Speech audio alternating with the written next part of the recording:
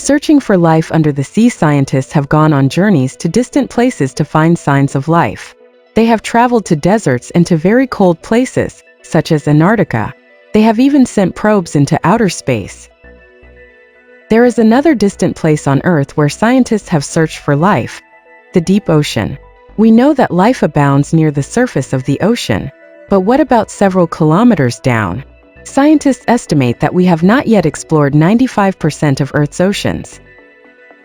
It is difficult for people to explore the oceans because they cannot breathe underwater or survive the great pressure deep underwater without special equipment.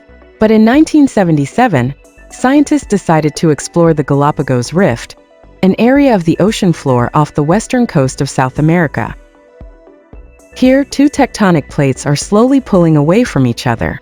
Magma from deep in the earth rises in the rift, forming incredibly hot geothermal vents. The darkness at that depth is absolute. Scientists in a small vehicle called a submersible descended 2.5 kilometers, about 1.5 miles, below the ocean's surface and made an amazing discovery. It had been assumed that nothing could live that deep in the ocean, without sunlight, under tremendous pressure, and in the volcanic activity and extreme heat of the vents. However, scientists in the submersible discovered that many species that had never been seen before lived in and near the vents. Tube worms, mussels, and giant clams, as well as bacteria-like organisms, were among them. Scientists studied the newly discovered life forms. They found that, unlike most life on Earth, the bacteria do not get their energy from the sun. They do not use sunlight to perform photosynthesis and make food.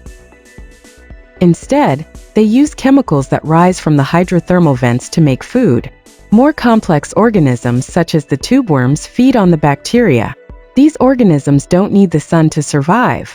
This discovery rocked the scientific community. Since then, scientists have studied hydrothermal vents in other extremely deep parts of the ocean. There they have found similar habitats, with organisms that use chemicals, rather than sunlight, to make food. Other organisms in the vents feed on these organisms, just as they do in the Galapagos Rift.